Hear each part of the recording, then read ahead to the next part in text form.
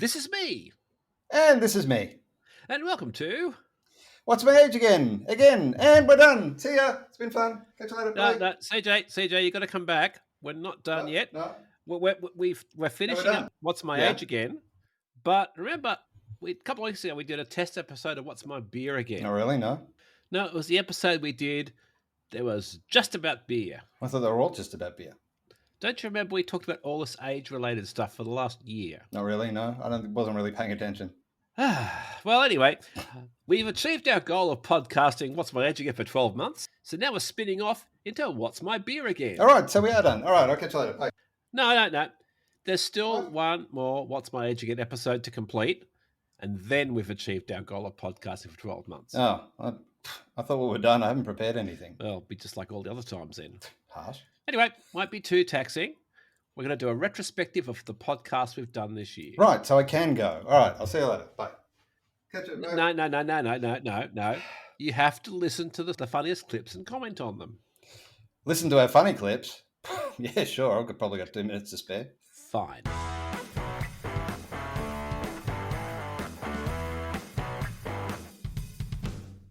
But before we get into our highlights reel, we should just take a moment to thank everyone who's listened to us over the last year.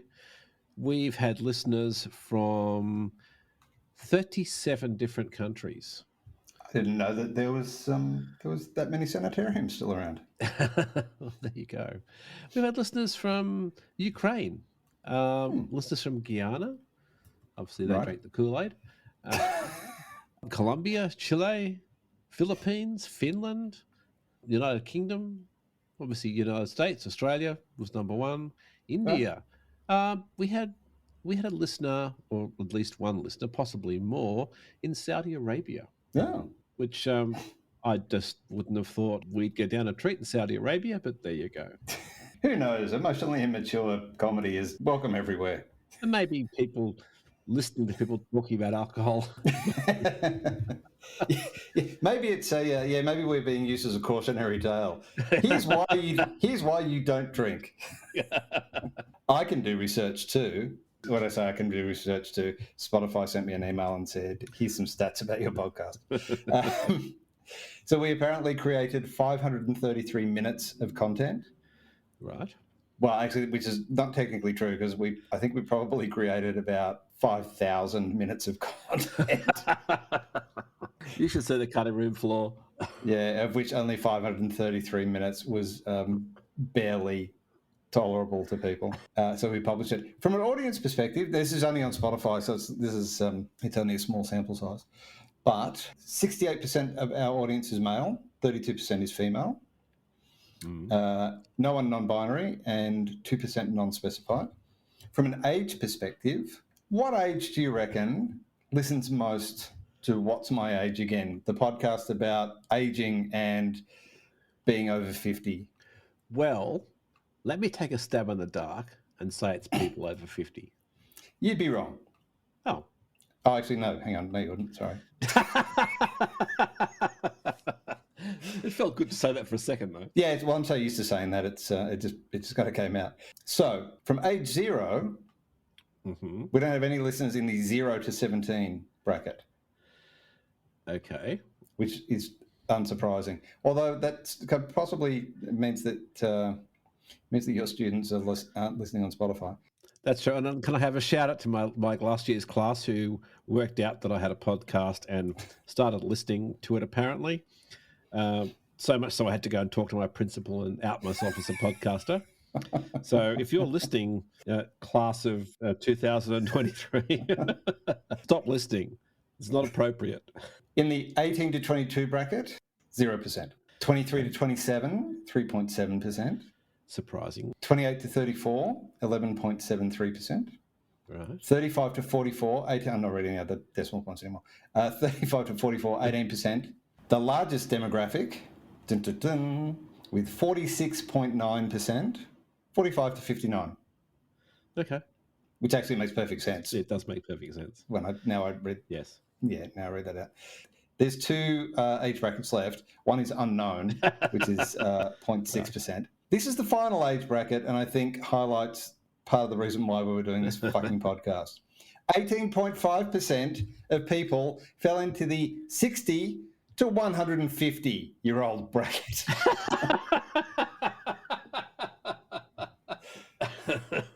Which makes me trust Spotify's algorithm slightly less. Well, it's a very wide range when you consider the other ranges. And had 0 to 17, 60 to 150. Yeah. They certainly, well, they're not kidding when they say they're covering all brackets. So. Countries we talked about, Spotify do a thing where they give you a wrap-up and say, here's some info about the people that were listening to you. 97% of people who listened to What's My Age Again are in therapy. Should be in therapy. Our listeners' top podcast genres were news, comedy, society, and culture. It's a shame we're not in any of those. This might come as a surprise. Your listeners' top music genres were rock, pop, and alternative metal. Okay. Which I was quite happy about, because you keep banging on about how nobody listens to the shit that I listen to. Well, apparently our listeners too. Well, a couple of them. Well, enough that it rated third on the list. Your podcast was shared 82% by a direct link. Our overall podcast rating was 5 out of 5. Well, that just means we can't have had many ratings, because no one gets 5 out of 5. Well, we got 5 out of 5.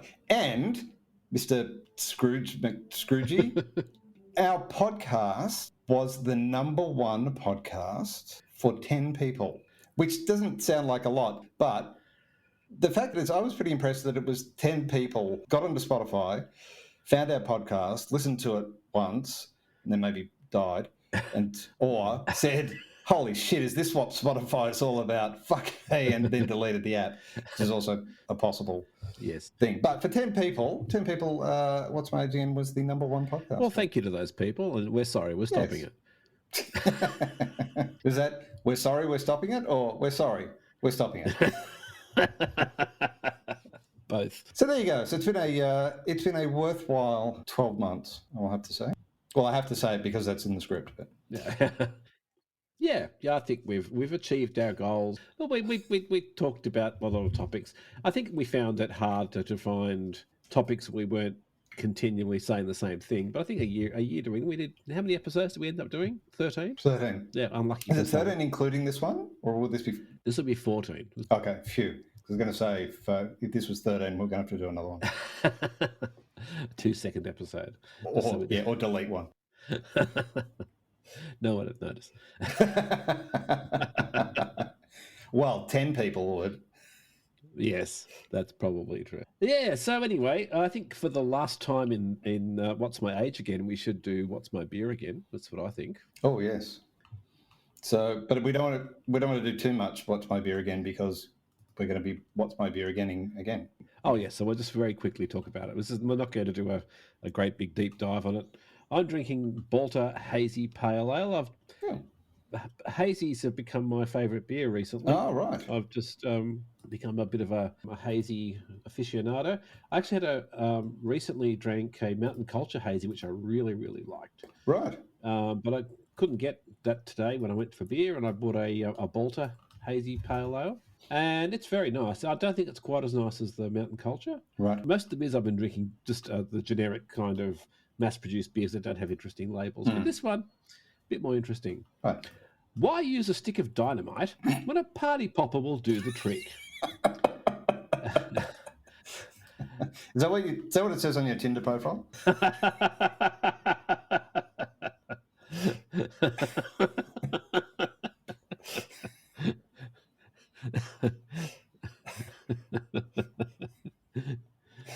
I'll pay that. Eazy Hazy brings the colour and spark while keeping things really chilled. Succulent US hops deliver lime, passion fruit, and hints of coconut around a creamy rolled wheat base to produce the zesty bitter finish. Pull the ripcord on this one without strain or stress. Your well-contained taste explosion.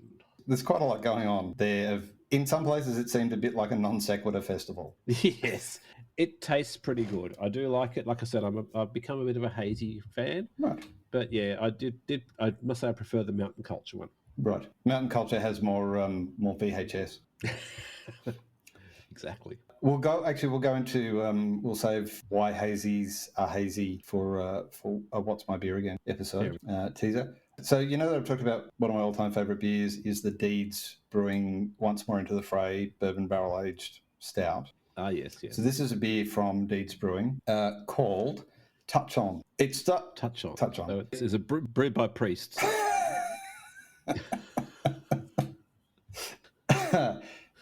No. So touch on is an expression that I don't know, it might be in Sydney as well, but it's a Melbourne tram expression that you touch your Mikey card, which is your... Oh, okay. We say tap on, tap off. Oh, okay. Well, we have touch on. It starts off as a powerwalk, but as the 1952 tram to Zest Coast approaches, you break into a sprint. People glare from the window as you leap on, red-faced and panting. You fumble in your pocket for the right card. Touch on. Take no shame in wanting to arrive on time. That's right. Stare into the other passenger's eyes. You find a seat at the back. You've made it. Last stop, Flavour Town. I thought you were going to have a heart attack at one point. This grapefruit IPA provides nostalgic vibes, bursting with tangy citrus notes and a crisp bitterness to finish that leaves you wanting just one more sip. Okay. So it's a grapefruit IPA. It's 7.2%. Yes, it does leave you wanting just one more sip. I had one sip and went, this is the most disgusting thing I've ever tasted in my entire life. It was very much I'm not sure if I need to take the cat to the vet. But I'll have just one more sip to check. It's fucking horrible. And it's really disappointing because, as I said, they have one of my all-time favourite beers, and they have lots of really good beers. But this is one of the ones that makes me go, how did it get through? Was nobody paying attention? Have people got the same level of commitment to quality that I've got at Deeds and just went, fuck it, that'll be all right. Nobody will. Chuck it in a can, see what happens. They turn the tap on, and you're saying turn the tap off. It wouldn't even make a good Tinder profile. Maybe. People glare from the windows, you leap on, red-faced and panting. Anyway, let's get on to our episode recap. Now, I'm doing all the odd episodes, and CJ's doing the even episodes. So I'll start with episode 1. And episode 1 was called What's My Age Again? And it was the age where we laid out, or the episode where we laid out our manifesto. While we were doing this podcast. In a bomber style. So... we were trying to answer the question, basically... What the fuck are you doing? Why are we here? Who are we? What are we doing? And why don't we feel our age? But my friends, I got lots of friends at work. They're 10, even 20 years younger than I am. Well, I feel like I have friends at work. I have people who talk to me at work, and they smile at me nicely. But they're younger than me. And I feel like I fit in with them, even if they may think otherwise. But I don't want to hang around with people my own age because they seem older to me, certainly older than me.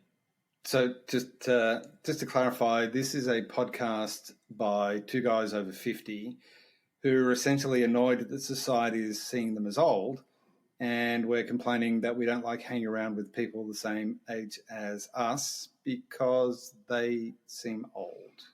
Because we're hypocrites. So I decided to do some research into the phenomenon of chronological age, which is the age that you are, versus subjective age, which is the age that you feel. Anyway, researchers Goldsmith and Hine say that teens tend to hold older age identities. I think they're probably talking about older age identity cards there, but carry on. Well, that's illegal, CJ. You can't have that. Young adults maintain same age identities. Okay, so if you're a young adult, then you think you're a young adult, which makes sense.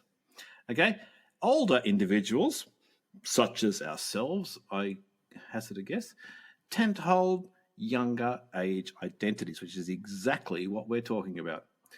In fact, many people over the age of 65 reject the labels old and elderly, preferring to describe themselves as young and middle-aged or young at heart.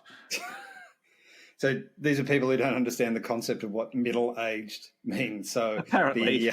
the people over 65 who are saying, I'm middle-aged, are expecting to live to 135.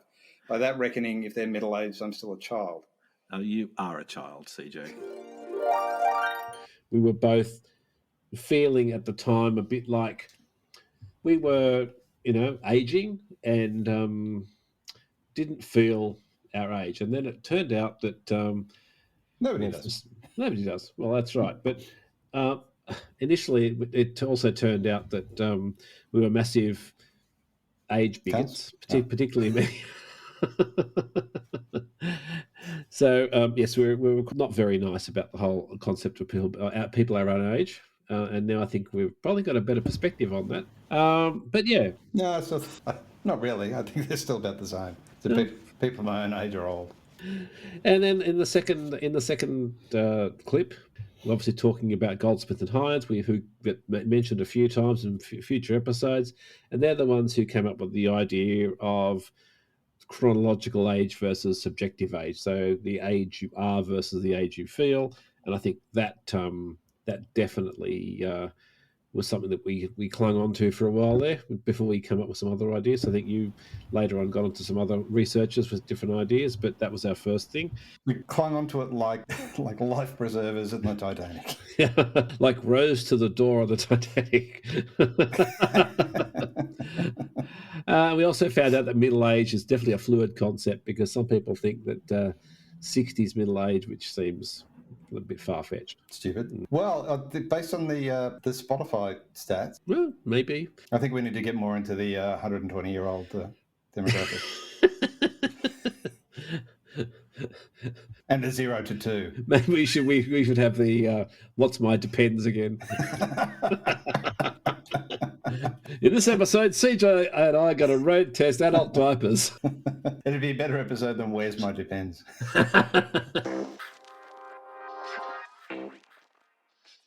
Because we've got no learning curve, we then went on to episode 2. And we talked about the concept of, does thinking younger make you feel younger? Uh-huh. And in this one, we did a bit of a deep dive into the fun-filled, action-packed, laugh-in-the-face with death, live on the razor's edge, man, Emil Rattleband. Yes. I remember Emil. who tried to get his age changed by deed poll unsuccessfully. No stranger to court cases after... well, actually, I won't give it away. I'll let you hear the clip of one of his court cases. This is also the episode where we identified a couple of important things that would stay through the entire series. Scott tends to get distracted quite a bit and wander off on tangents, and we kind of learned a little bit about my commitment to research. So his rationale behind it was, you can change your name and you can change your gender. Why not your age?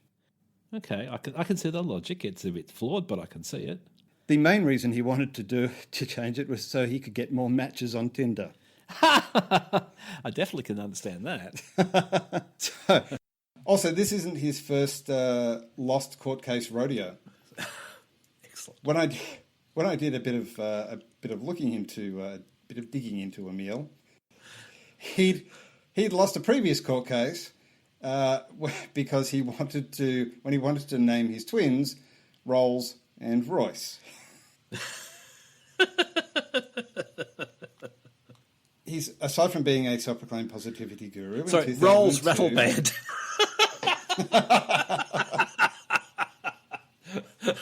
Royce Rattleband.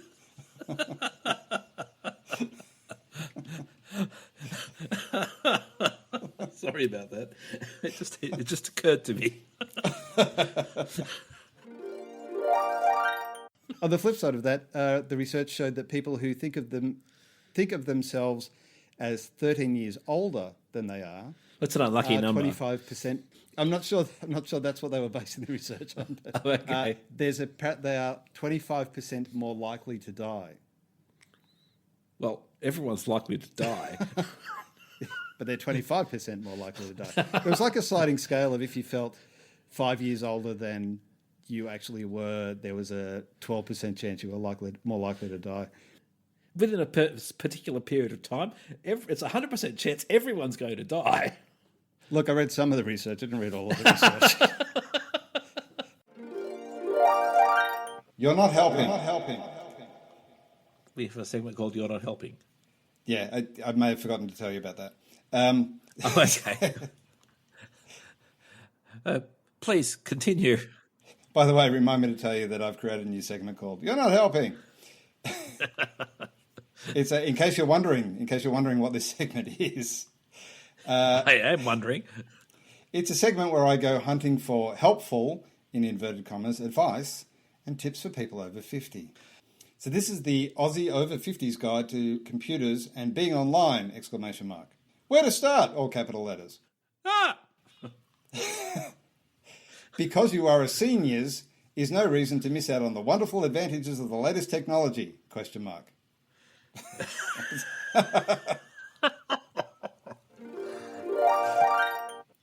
And then it finished at WikiHow, how to fight an ostrich.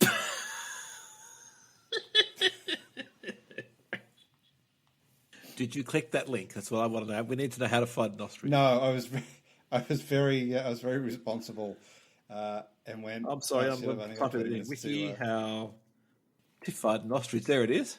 Wondering how to beat an ostrich? Read on for the ultimate ostrich attack survival guide. Okay, use a long weapon. Number 4, dive into a thorn bush. Hi, CJ here. Far be it from me to be the one who's keeping this podcast on topic. Scott wanders a little bit. So we're just going to fast forward through a couple of bits. If you are currently in a situation where you're finding yourself needing to know how to fight an ostrich, I can highly recommend the information available on WikiHow. Or method 3, avoiding encounters. It was also the episode where I introduced You're Not Helping, which I neglected to mention that I was introducing prior to the episode. And which in hindsight, after listening to the episode, may have not been the greatest idea, because this was also the episode where we had the famous/infamous ostrich fighting rabbit hole, which in the episode, I think only runs for about 4 minutes, but in reality went for about 22. Well, I found it pretty amusing, I've got to say.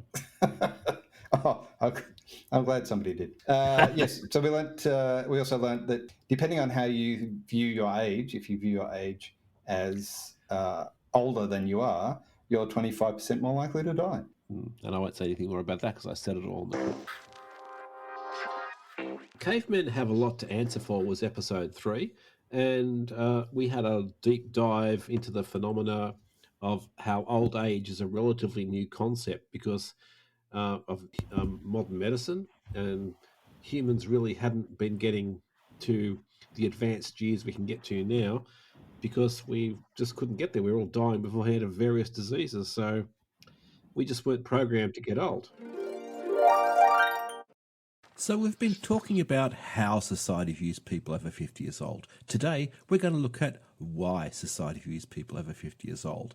And I believe it goes right back to the dawn of time. I actually think cavemen have a lot to answer for, because for the hundreds of thousands of years humans have been around, we haven't lived our current settled lifestyle very long. We were hunter-gatherers for 95% of the time humans have been on Earth. So farming and animal husbandry are relatively recent inventions. I think you'll find that making your animal a husband is illegal, Scott. And it made me wonder whether humans just haven't really evolved. If the average lifespan of a human in the natural world was just 30, then we're braining it. We're going so far past that. It's no wonder that we're struggling to know what to do with the time sometimes, and also how to treat people who are older. I was surprised, which we didn't hear in that clip, but our lifespan has almost doubled since 1940s or something. Or did I just make that up? No, you're right. That's pretty much since the introduction of penicillin. Because you can scratch your hand on a rose bush in the backyard and die of sepsis. People could die of anything really easily. And I know you made a joke about animal husbandry, but it was a thing. It's still pretty sure it's illegal. But does it go for furries? What do you get up to when you're not doing the podcast is your own business. The thing I think that we did learn from that is you still hadn't got past the scripting thing. Yeah, pretty true. Yeah, I think you're right there.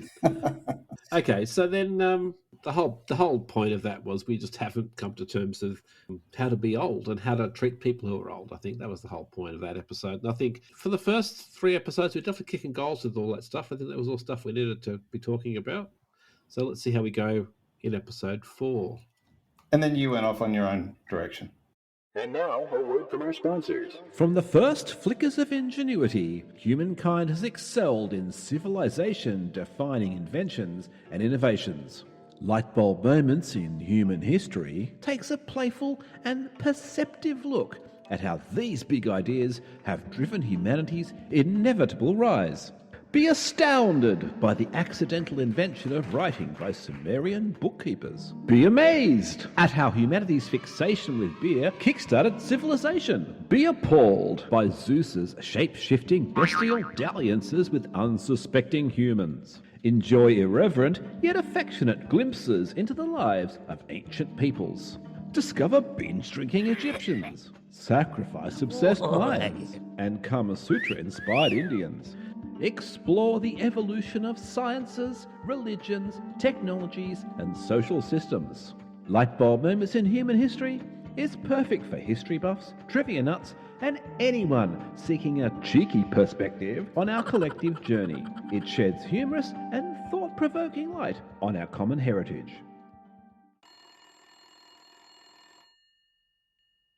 Lightbulb Moments in Human History is available in paperback, ebook and audiobook, wherever good books are sold.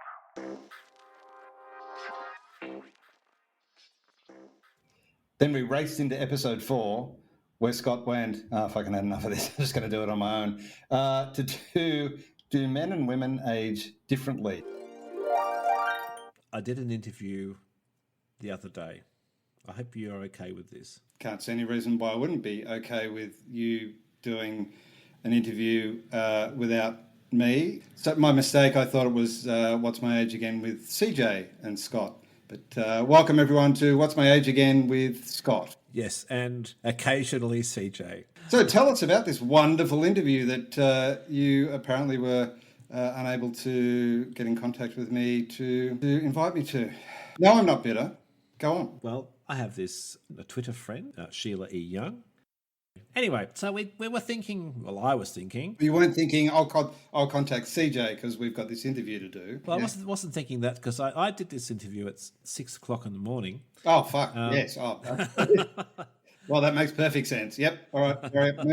Let's just move on. Fair enough. It was 2 o'clock in the afternoon for Sheila because she's in Canada. I would have known that had I been invited to the interview that occurred without me. But carry on. I can edit your reactions into the interview if you like. Okay.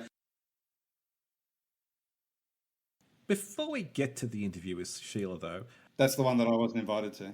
Just checking, just confirming that there's not another one that. Okay, but men who get dementia tend to die quicker. Who knows? They keep forgetting where they put their femur and fall over. It could be that. Coping strategies. Some studies suggest that men and women may use different coping strategies to deal with cognitive decline. Women may be more likely to use problem solving and social support, so they'll talk to their friends. I don't know where I lost my femur. Have you seen it? Well, technically, have you seen my husband's femur? Men may be more likely to withdraw or deny there is a problem. What femur? I've lost my femur. What? Well, that's it. I think, I know I was talking to CJ, who's the other host. I know. I listened to your first podcast. Oh, okay. I listened to the whole thing. You poor thing. I loved it. I love that you laugh at your own jokes. It was the best. Yeah. Good. No crazy questions, Scott. I'm so impressed. I don't know what I was expecting. No. Well, You're very good. even though it's meant we're very stupid sometimes, it is meant to have a point. To be helpful. So you said in the beginning that the question wasn't going to be what do Sheilas think about aging. I didn't say that, actually. You asked me if it was going to be, and I sort of went, So technically I didn't lie. I looked at what's the impact of being over 50, because that was what we discussed. We were going to talk about this episode before you decided to go off and do a rogue interview on your own. But let's not focus on that part of the story. It's forgotten already. So I had a look at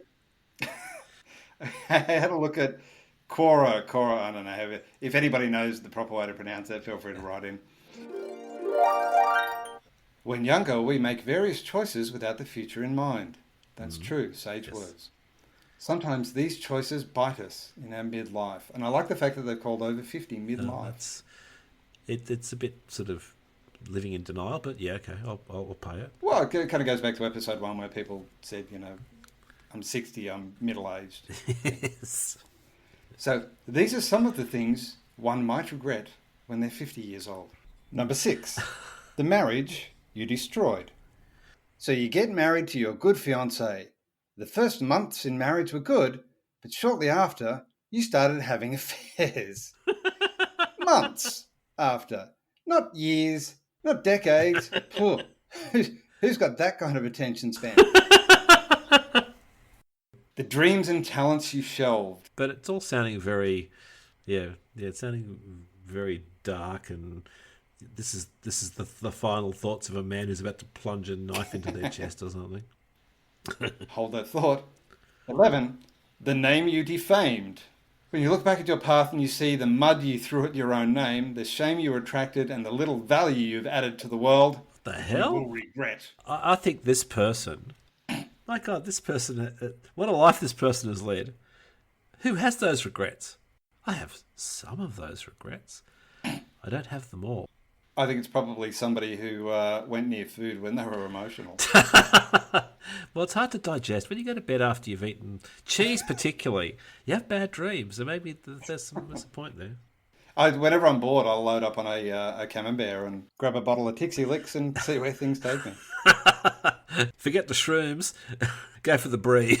Finishing it off with number 14, the parents you despised.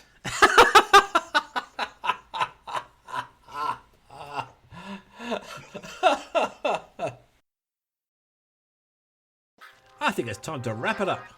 So, CJ, do you think we've answered our question? The question is, why were you doing interviews on your own and not inviting me when it's What's My Age Again with CJ and Scott? Not What's My Age Again with Scott. Yeah, probably. Can I correct the record here? Because you've been going on about this for the entire year. I don't know why you keep bringing it up. And the listeners probably think that I somehow stabbed you in the back. Listeners, can I say that I actually said to CJ, I'm going to be recording an interview with Sheila. It will be at 6 o'clock in the morning. And he said, fuck that. I don't know what you're talking about. So this entire year of him being mock bitter and twisted about it all, it's all a ruse. Are you suggesting that there's parts of this podcast that aren't real? Just a few. What's your age again?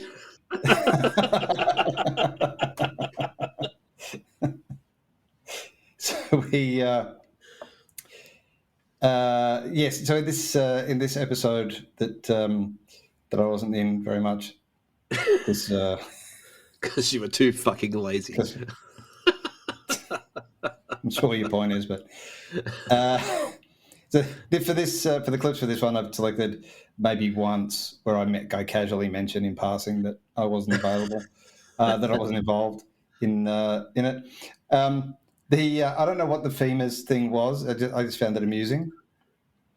Yeah, it was pretty funny. I thought it was interesting that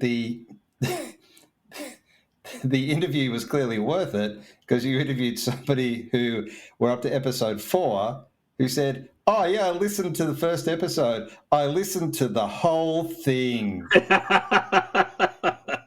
You must be, your family must be so proud. I forced myself to listen to the whole thing. Can I say in because I'm about to go on to another podcast as a guest, and in contrast to her Am I listening invited to to this? No. No, would you be? nothing to do with that podcast. But I've listened to every single episode of this podcast, so I know what I'm getting myself into. And so Sheila could only manage to listen to one whole episode of our podcast and then be amazed that we laughed at our own jokes. Somebody has to. I'm glad you thought there were no crazy questions, although I'm probably falling down on my job not asking anything too crazy. Well, it's probably wasn't paying attention. She only managed to get through one episode. I think your claim that that this whole Sheila thing was a ruse can slightly be discounted based on your response to, you said you weren't going to ask the AI, do Sheila's age differently. I think we'll let that speak for itself. Well, I did go a little bit off piste, I have to say. I don't think the response, I didn't lie because I didn't actually say that when you asked me the question, I went, wouldn't stand up in court. No, fair. And of course, the fun things that we found in You're Not Helping with Cora, of just one of the wonderful, unhelpful answers that were in there for some people who had some very specific regrets. Very specific. I mean, basically, you got married and then you immediately started having affairs. It's like, no. Yeah. Well, no, they lasted 2 whole months. And you hated your parents, and you despised your parents. Yes, and you ran your own name through the mud. So I think, either someone that's just had a bad day, or they really, really had major regrets.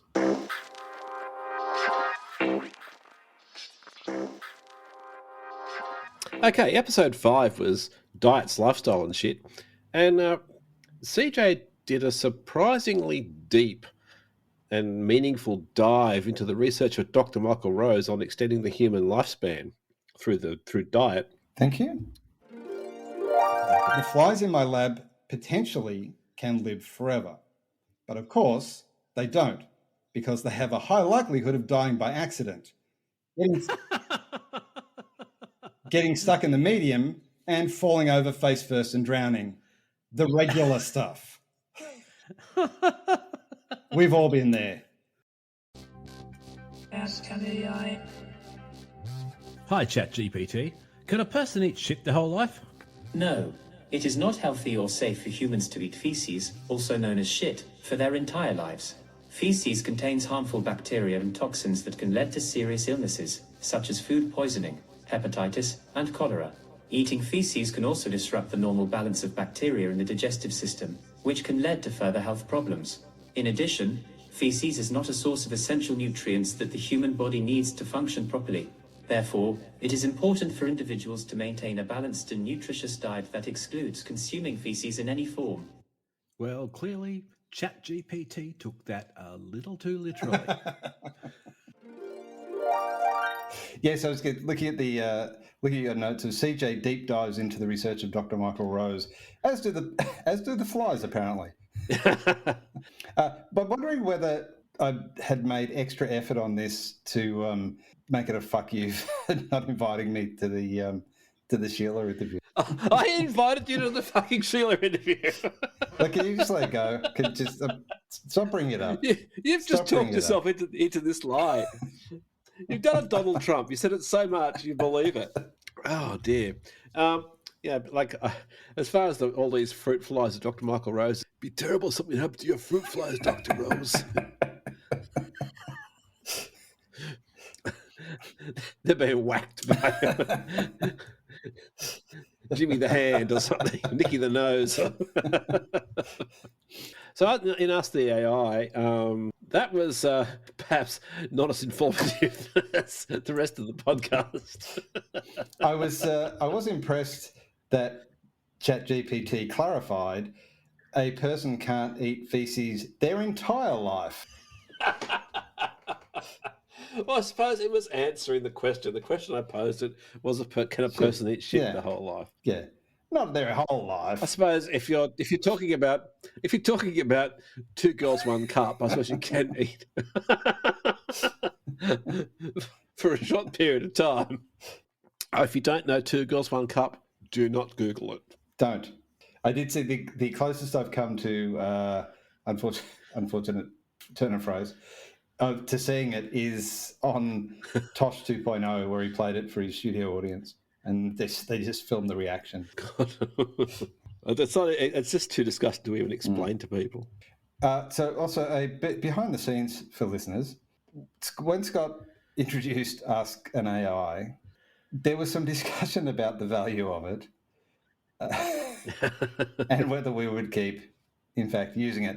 I'm not 100% sure, but I have a feeling that may have been the last time, because I think even after that one, you went, "No, I can't defend this anymore." Well, it was funny. I've got to say, that was the thing. It was supposed to be funny. But then I think there was another one where it basically answered the entire question of the podcast in 30 seconds. Actually, maybe that was why we stopped using it. Because it wasn't funny. It was actually said, I forget what the question was, but it was basically gave a really nice, succinct answer to the thing. And it was like, well, that's kind of undermined the entire podcast. I think at that point we gave up.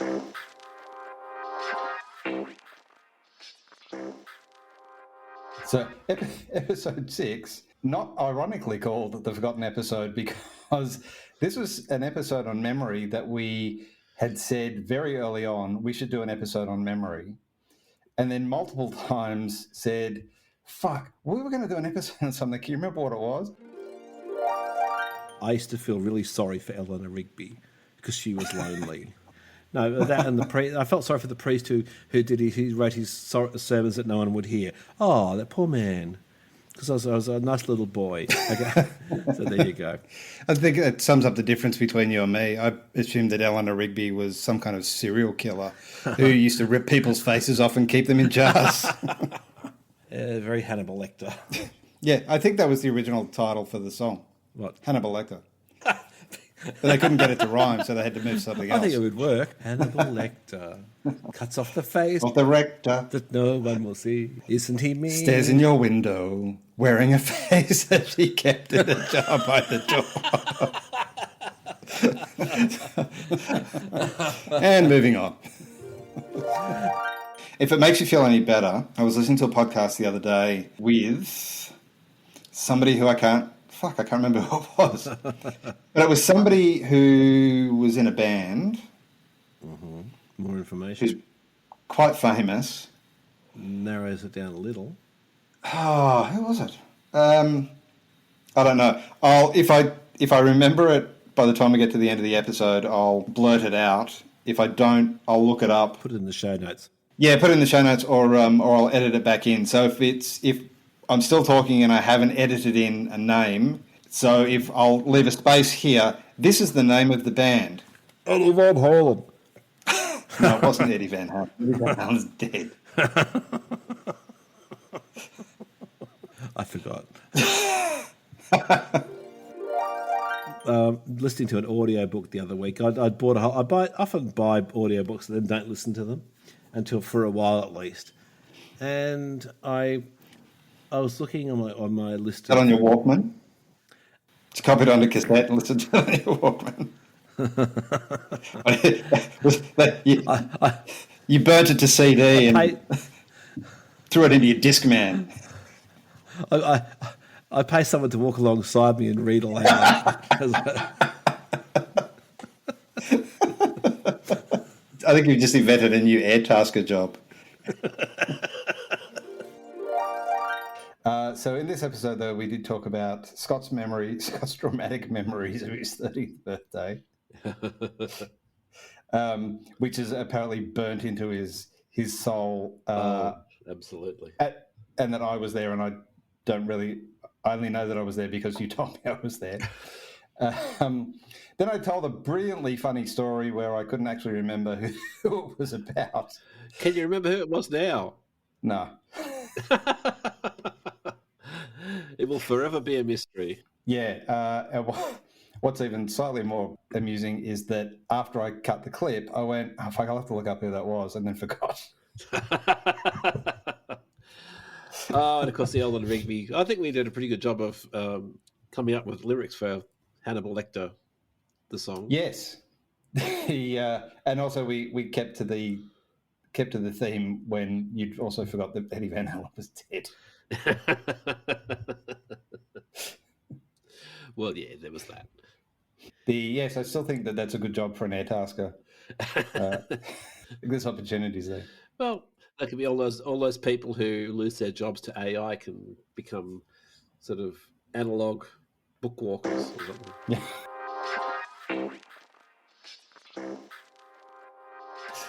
Okay, we decided for some unknown reason that we were going to start a new season in the middle of the year. So season 2, episode 1 was self-indulgently titled Scott Turned 60. Anyway, apparently those things that decrease energy levels and all the balding and greying hair and wrinkles can impact your self-esteem and self-image. Oh, no shit. Yeah. And surprise, surprise, this can be a source of worry for some men. And see what things there are that worry men as they approach 60. And what did your little Google tell you? My little Google told me, okay, it's not that little. Okay, the number one concern was health concerns. Because as we age, obviously there's a risk of developing health conditions such as heart disease, cancer, and arthritis. And again, this is where this whole idea for a podcast is really bad. I don't want to challenge you in any way, so I won't, because I think you'll find that the actual title of the episode isn't Scott Turned 60, it's Will Scott Turn 60. That's right. I hadn't made it yet. Because there was a fairly good chance, that you weren't going to make it. That's true. Will Scott turn 60, I agree. That's true. And I think, why was there a fairly good chance? Was there a reason? Because you said, I'm thinking of throwing myself under a bridge. This is probably not that helpful to throwing myself off a bus rather than turn 60. If I was saying things like listeners, I wasn't meaning it. No, I don't. I may have said that jokingly. I would not have meant that seriously. So anyone listening from my family, don't think I was suicidal, because I wasn't. But I wasn't looking forward to it. So anyway, so I didn't really want to listen too closely, to be honest, even though it was my turn to do the odd episode. The clip we got was talking about some of the problems that people face when they hit 60, which is the balding and greying and all the other problems you face. And it, obviously no surprise that makes people feel bad. But what I do think happened at that time, it was after I turned 60. I went to the doctor and suddenly he started testing me for all sorts of things I'd never tested me for before. Spelling, maths. No.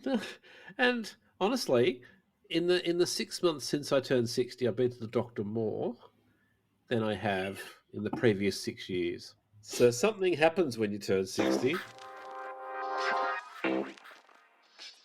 So for season 2, episode 2, we had the title, which I'm still quite proud of. Same old, same old.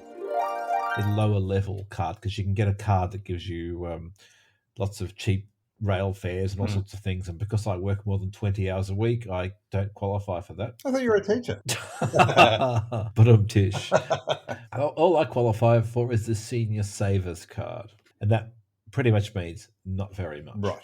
But because I was talking to a friend of mine whose mother has the seniors card now, and she said that she had the full seniors card. They went, oh, well, does she not work 20 hours a week? She said, oh, yeah, yes, she does. She just lied. That's what everyone does. So it seems like I made a tactical error by telling the truth to the New South Wales government. Yeah, but she's just doing cash in hand jobs. I don't think she's doing hand jobs. Considering what I'm about to say next, could be rather leading. The page I'm looking at here is what's on offer. Right. Now, Unfortunate segue, yeah. you may be surprised at the range of... Let's see if we are. Sorry. Step 8, when applying makeup, try not to put any mascara on your bottom lashes. Sorry. I can't see how any of this is helping me. Isn't this about helping me? Well, do you put mascara on your bottom lashes? I don't put mascara on my bottom anything. Well, I don't think you're supposed to put mascara on your bottom. The image in this one is that it looks as though she's putting a mascara brush, just poking herself in the eye with it. And also, she doesn't have any bottom lashes. No. They haven't drawn the bottom lashes in. Oh, look. Either way, it's... I'm losing confidence in WikiHow. I think you have little faith. I'm sure they'll come through for us in the end. Let's find out. Step 9, try penciling your eyebrows. I like the follow-up sentence. Try to make it look natural, if you wish. Or unnatural, as the case may be. I was hoping for an unnatural eyebrow look. So what I thought I'd do is I've drawn like a bit of a loop and a circle, like a little handlebar mustache for each eyebrow. Did Scott turn 60? He did, and he went on to have quite a rant about the seniors card, cast massive aspersions on his friend's mother. Well, only because it's true. What, that she's giving hand jobs? I think the fact that the New South Wales government is giving the seniors so little for their seniors cards, they have to perform hand jobs. I think that's deplorable. We also looked at how to turn 60 gracefully, again using WikiHow. This is where I was beginning to lose faith in WikiHow by this point. I think if we learn nothing else in this podcast series, that WikiHow is not a reliable source. Well, I think we learned that your friend's mother's a hand job giving liar. Aside from that, yes, we did learn that WikiHow is not quite as credible as it may make out. Having said that, I'm not sure that it pretends to be credible at all. Okay, in Season 2, Episode 3, Tiny Brains in a Petri Dish, CJ again does one of his deep dives. Now, CJ makes a point of always going on about how little work he does and how little research he does. But probably the two deepest research episodes we had were things that he did, and this is the second one, the Dr. David Sinclair one about genetics and DNA and potentially creating tiny brains in a dish. But yeah, I mean, this was quite deep. And the first clip we've got here is Dr. David Sinclair's pronouncement that the first person to live to 150 had already been born. Bold statement. He has gone on record, not one of those records, that the first person to live to 150 years has already been born. Well, of course, if he's wrong, nobody alive today is going to know. No one's going to call him on it. See, you make a very valid point. He can't be proven wrong. You may have possibly cannonballed quite a lot of my research. In the second clip, CJ's trying to explain quite well if you understand how cassette tapes work, but if you're somebody who's never seen a cassette tape, you might have a problem understanding. But basically, the copying process. Yes, it was a weird episode because I actually sound as though I know what I'm talking about, and I sound quite articulate and intelligent, which makes me wonder whether I'd actually just whether I'd got somebody else to do it for me and done it like a deep fake. I do sound though a little bit like, which I've noticed in other episodes, I sound a bit like somebody's taken a whole bunch of words that I've said and have just quite poorly strung them together to create sentences. Because there's just weird gaps like that in them for some reason where my brain's not keeping up with what I'm trying to say, which is essentially my entire life anyway. But yeah. So the other thing that I do have to say, which I can't remember if I pointed this out in the episode, but if I didn't, it's something that needs to be pointed out, is that the movie Multiplicity has a massive flaw in it anyway, not disregarding the fact that he makes multiple copies of himself, is that he was making digital copies of himself. So therefore there shouldn't have been any degradation in quality when they were copied. This, I think, also highlights the beginning of the, what are we going to call this episode? I don't know. What do we talk about? Tiny brains in a petri dish? Yeah, sure, that'll do. Well, it reaches its zenith in the next episode. Yes. So you'd record something, and then if you made a copy of it, it was not quite as good. So you lost quality because there was a whole bunch of losses and stuff like that. That's, from what I can gather, that's kind of a similar sort of thing. Or like doing a photocopy of a photocopy of a photocopy of a photocopy. Yeah. You lose resolution, you lose clarity. Totally get that. Yeah. Yeah. I think presented way ahead of its time in the documentary with Michael Keaton, Multiplicity. Yes. Where he makes many copies of himself.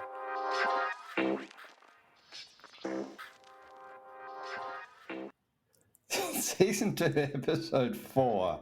You insisted that AI had improved significantly than previous times, and convinced me to let you create an AI average 50-year-old Australian male. Let's suffice to say, it doesn't go well.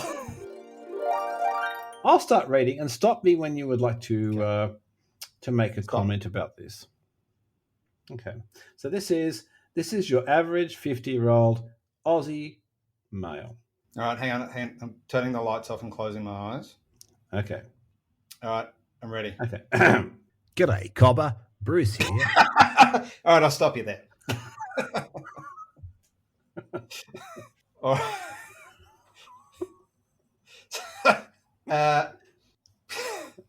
It's not even. It's Struth. That's a good start. All right, go on. I'll start again because you interrupted me so early. G'day, Cobber. Bruce here. Your average 50-year-old Aussie bloke. I'll stop you there. This is going to be a long episode. You need to let me get through this next sentence. Oh. You just need to. I'll put myself on mute again. Okay. Well, don't, because you might. But we'll need to hear the laugh. Anyway, here we go. Reckon I could use some more roughage to keep me regular, since me mornings on the throne have been like a pup trying to pass a pineapple lately.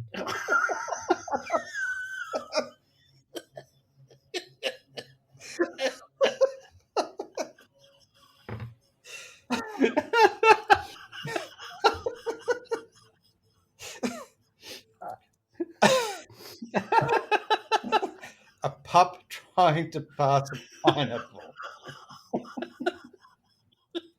That would bring tears to the eyes. Holy fuck.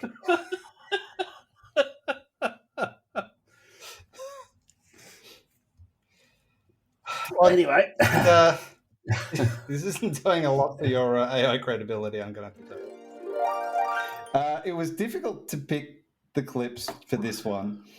I thought it best to choose the introduction to Bruce, because that that kind of sets the scene. G'day. Clip 2 is, I think, the longest laugh of the entire series. I want to say it goes on for about 15 seconds. It's the entire episode. When I listen to it, it sounds like we're at an asthmatic convention. Now, I've got to say, that if that's the case, if it's true that that was the longest laugh, then the funniest line of the entire series was written by AI. That's a sad indictment.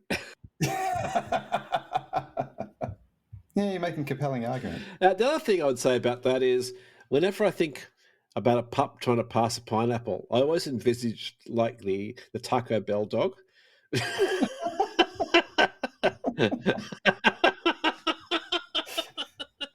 Which makes it all the more funny. Like if it was an Alsatian trying to pass a pineapple, it'd be bad enough. I have to say, it's something that I've never tried to visualize.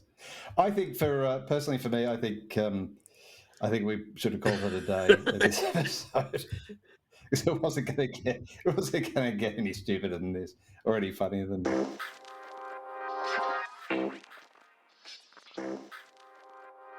Okay, so season 2, episode 5 was the bucket list episode, and we looked into what a bucket list was, who needs one, who cares. We talked about things that some people put on bucket lists, and I talked about how I was going to fulfill a couple of bucket list items within a couple of months. I have now come back from Great Wall of China and seeing the Terracotta Warriors and getting COVID in Wuhan. So all things on my bucket list. And participating in the Two Girls, One Cup live show. Definitely not. Do you know where the term kick the bucket came from? I do not know that. Well, I do. Please enlighten me. Okay. Lucky you said that, because otherwise it would have been just awkwardly hanging. No, please don't tell me. I don't want to know. So apparently there's a misnomer that it comes from death by hanging. So traditionally suicide of somebody standing on a bucket, putting a rope around their neck and then kicking the bucket out, causing them to die. Well, I can see that makes some sense, but clearly that's not correct. Is incorrect. Essentially, no one actually knows. As well, but I thought to myself, I remember thinking at the time, yeah, that'd be really cool to go, I'm in the Guinness Book of World Records, but then I thought, then people will say, for what? And you've got to say, for masturbating. Yeah, or something bad. It's like my grandfather said to me just before he kicked the bucket. Hey, boy, watch how far I can kick this bucket. Yes, and then the second clip was the Guinness Book of Records for masturbation, which I actually do wonder whether there's a record for this somewhere. Probably not in the Guinness Book of Records, but for what? The longest, the most, the least, the weirdest. Well, it's like the Olympics: higher, longer, faster.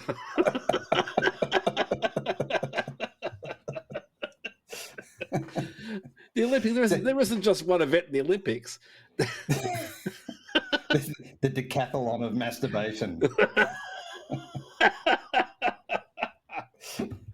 The pole vault would be interesting. Yeah, having the Guinness Book of World Record for for fastest masturbation would probably not be something that I would want to have. Hey, CJ, aren't you in the Guinness Book of Records? No, not at all. Which brings us to our final episode. Well, actually, not our final, because this is our final episode. So it brings us to our second final episode. Penultimate. Yeah. The Ultimate Pen episode, Season 2, Episode 6, Taking a Break. We were talking a little earlier about the potential for me to sort of talk to you from China, but given the situation where pretty much the internet from overseas is blocked in China, so I don't think that's going to be a realistic possibility. I've just got to wait till I come back to do that one. And I probably won't do a podcast with somebody else while you're away. The way that you did with Sheila, even though I wasn't away, even though I was readily available. Not that I'm bitter about it. I don't know why you keep bringing it up. Yeah, so the point of all of that was risk tends to be subjective, not objective. So, I'm interested in the idea of, as we get older, while the actual risk of things doesn't change, how does our perception of that risk change? So that's something to look forward to in the future. What will kill you on What's My Age Again? That seems to be a constant theme with us. Yeah. What's my mortality again? So we'll catch you in little bits and pieces in between now and December. Well, possibly if we do any of these things. We'll be around, but not in our normal episode length and amount, I suppose. I was going to say I might, if I feel inclined while I'm away, I might phone something in, but I've essentially been phoning it in since we beginning. So this is me. And this is me. Well, at least it is for the moment. So in this one, we essentially talked about the fact that we were fucking over it and we're taking a break. You brought up the Sheila thing again. I was like, you need to move on from that and just get over it. Just let it go. Okay, can I say, this has to be the last time that gets mentioned. We can't go to a new podcast and have this continually going, particularly when it's just blatantly not true. All right, well, we'll take that as a tentative yes. Yeah, we also went on I kind of promised to do an episode about risk and stuff that at the time I was finding really interesting, and then completely lost interest in. But while this is technically our final episode, it's kind of like the final episode of a TV series or like final episode of the Brady Bunch for the season. Is that they kind of still come back and go, Brady Bunch goes to Hawaii or Brady Bunch down under. So we probably will come back for like What's My Age Again goes hunting, or so I don't know. What's My Age Again tries out technical things, or so I don't know. If we feel inclined, if I find out something interesting about aging, I'll say, hey, let's do this again, and regret it from a second after I do. So in this one, the second clip is me talking about the risk thing that we never did and phoning it in. But the key thing for this one was that you seemed to suddenly start channeling Phil Collins. And just dropping in this weird the intro to In the Air Tonight. I couldn't make sense of it. It was just a series of, I didn't even cut those together. It was like that was when they were there. There was just this series of boop, boop. So thanks to Phil for our last episode. It wasn't Phil Collins. It was just a clip from Garage Band, but it was just a drop. The intro to Phil Collins. Anyway, that's that.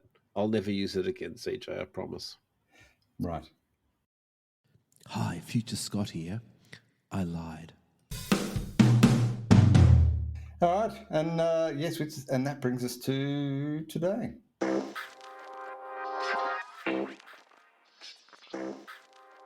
So that brings us to the end of our clip show. Having reviewed all those episodes, what's our takeaway from the whole series, do you think, CJ? I think it's pretty clear. The number one thing is that we're both quite unprofessional and have got the sense of humor of a 12-year-old. Well, yes, that's definitely true. But something we didn't know already. If it's not, I sound like I've been created by somebody splicing a series of 3-inch pieces of tape together. I'm out. Yeah, look, I don't think for me there's any one sort of coherent, overarching takeaway. I thought you were going to say one coherent thought. It's not one coherent thought either. But there's not one massive takeaway. I think what I did learn is that it isn't just me or you who thinks or feels younger than their age. That in fact most people, unless they have chronic illness, tend to have a younger age identity. So that was a bit of an eye-opener for me, because I think the whole thought of, when I was talking in the very first episode where I was saying about I didn't feel comfortable with people my own age because they seem old. It's funny because I still feel that, like, there are people I work with, lovely people, but I get on better with the younger people. And I don't know whether that's just me having myself on or what. But some of the people my age, I don't always have the same sense of humour. Obviously I'm juvenile. We've established that throughout the last 12 months. But yeah, I don't know. So I think that definitely is a thing. I think that there's probably, strangely, there was more to the whole aging thing that I realised, but also less. Like it became increasingly more difficult to come up with ideas for episodes that weren't just going over the same ground all the time. We had to move forward. We had to go backwards. Yes. Yeah, well, that was because when we came up with the idea, we essentially only had one idea. There's that. And then it was like, oh well, and then we'd think of ideas and we're like, that's boring. If we didn't think it was interesting, we didn't want to do it because we couldn't think of an angle to make it funny. Well, it was meant to be a comedy podcast about aging, so but also answer the big questions about aging as well at the same time. Like, what's the Guinness Book of World Records for masturbation? That's a big question. My key takeaway, and I think what I learned, is to not agree to anything with you when I've been drinking.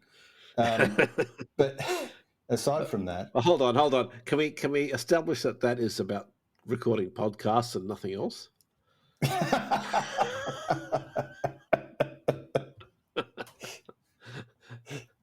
Also, the concept of me agreeing to something when I haven't been drinking is pretty unlikely, anyways. I mean, I think what I do think is those people who are older, who are the same age as me, but who I find I don't get on with, are probably just boring people, rather than it's to do with them being over 50.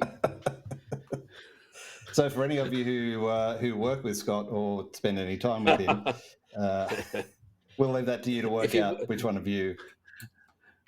If when you walk towards him, he turns and walks away, you will know it's you.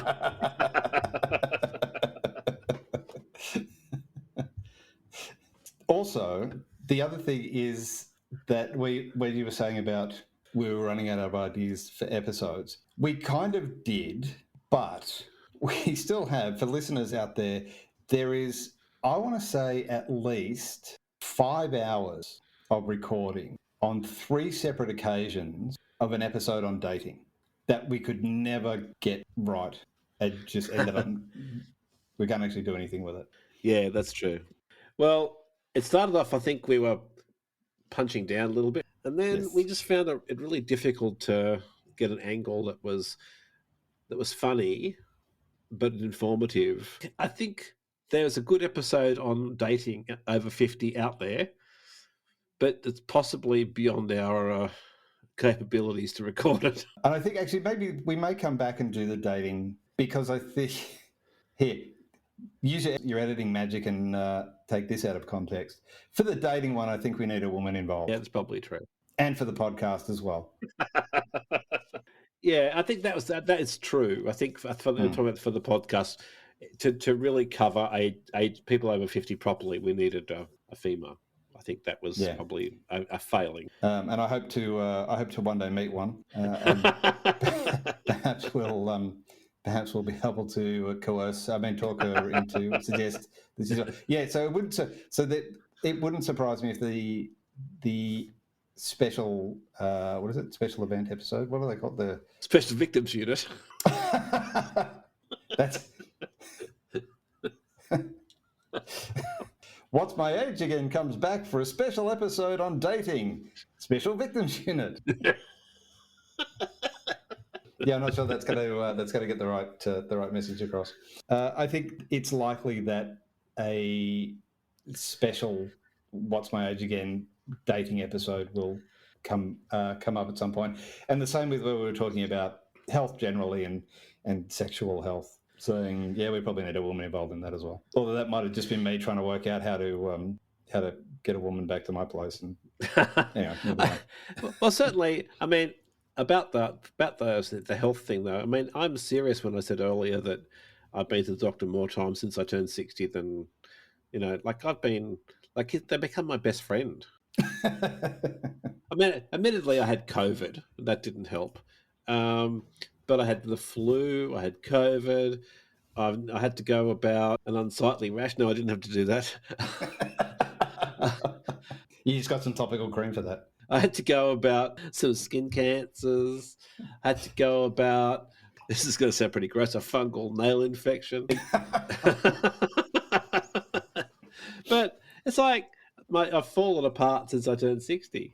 And then plus all the, like I've just went and had blood tests and urine tests, and I've got to do the stool test. It's like we actually promised in our introduction, we talked about the joys of doing the stool test. And in the very early introduction, I think we cut it out after a few episodes, but the joys of doing a stool test. And that's what's ahead of me. I've got the free government pack. And I probably will end up doing it at some stage. So tune in for their next episode. Scott takes a dump and puts it in the fridge. Well, it's because I read the instructions again, because I've done it a couple of years ago. But you have to take the sample, which is it's a work of art in itself. We don't need to talk about how that gets done. That's where the bucket list comes in.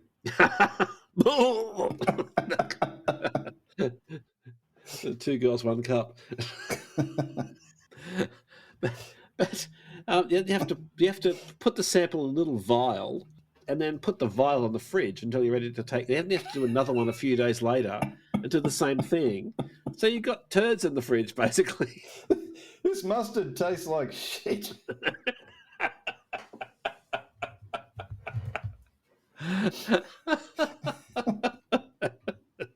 So there's two things to look forward to. The future episodes. I think What's My Age Again was very difficult to do as a regular thing and have it be worthwhile, but also entertaining. Unfortunately, we didn't manage to do either of those, but we pushed on regardless. Well, depending on how you go with all the doctor stuff, we might be able to end up doing the other episode that you wanted to do, which was about death. But the reason I wanted to do an episode about death, because I mean, when you getting close to 60, I don't know about other people, but I know I started to think there are definitely more days behind me than ahead of me, and how many more, who knows? There might be one day, there might be 30 years worth of days. I don't know. We were just sending each other messages on WhatsApp the other day about all these people who were dying, who were fucking died around our age, and it's like you do start to think, well, hold on. This is not good, which is one reason I've started to try to do some of the things like go to Europe or... I thought you were going to say, like, live healthier, eat better, go to the doctor more. Screw that.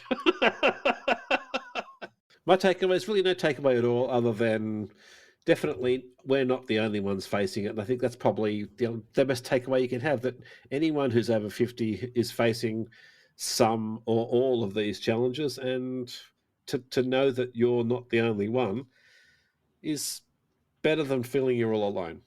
I suppose that's if we achieved anything this year, if we made you laugh once or twice and gave you that feeling that you weren't the only one, then I think that's a measure of success.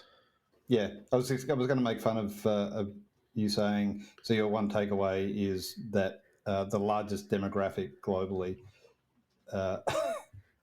of people of ages, and that you're not alone. But yeah, I think that's probably it. Is that if anybody's gone, oh fuck yeah, I thought that too, and it made you laugh or made you feel better about things, then it's all been worthwhile.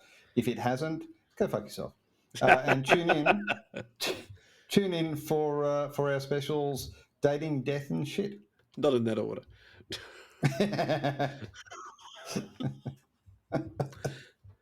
So until the first episode of What's My Beer Again. Oh yeah, fuck, we're still going, aren't we? Yeah, we're still going. I thought I was done. I thought it was out. No. Just when I think I'm out, they put me back in again. Say goodbye, CJ. Goodbye, CJ. Goodbye, Scott. Goodbye, listeners. All right, we're done. Thank fuck for that. See ya. All right, getting a beer. Bye. See you on the other side. I thought we weren't doing that episode yet. And now, a word from our sponsors. Colin Calls the Help Desk is a hilarious and relatable take on the absurdities of office life. Follow Colin the Koala, hold questions, as he dives into his first job and meets Graham, a cynical employee who's just hanging out for redundancy, Bob, his continually disorganised boss, and Brenda, who seems to spend most of her time telling everyone how busy she is. So I have questions. That's good. Questions are good. One of my questions is, okay, you've said the main character is Colin the Koala. So is the koala A nickname like Nicky the Llama or Oblong Doug? Nope. Colin the koala is 100% koala. But aren't koalas generally naked, drunk, and spend all their time sleeping or catching chlamydia? No, you're thinking of Brian from accounting. Did you go to university to become a writer? No, I didn't. I don't have any formal qualifications. You see what I did there? But Koala. It's Colin the koala. No formal writing qualifications. That's the kind of high-level, highbrow humour that you'll find in Colin Calls the Help Desk. Actually, seriously, it is better than that. So if you've been available on Amazon in all the backs, hardback, like anybody's buying a hardback except for me, paperback, and Razorback? Yes, it's the disadvantage to the Razorback version is that when you when it arrives, it charges through your lounge room at about 25 kilometers an hour and gores you to death before you get to read it. So it's not one of the best-selling versions, I'll have to say. But yes, all versions available on the Amazon. I'd love to hear your reviews. But it's always important to remember... Leave a 5 oink review. I'm writing this review from my hospital bed. I enjoyed Colin Calls the Help Desk. I slightly regret the Razorback edition. Once my groin heals, I'll be looking forward to book 2. In paperback. 4.5 stars. It lost 0.5 of a star because delivery was late. But when it came, it really came. Colin Calls the Help Desk. Available on Amazon. Like a pup trying to pass a pineapple.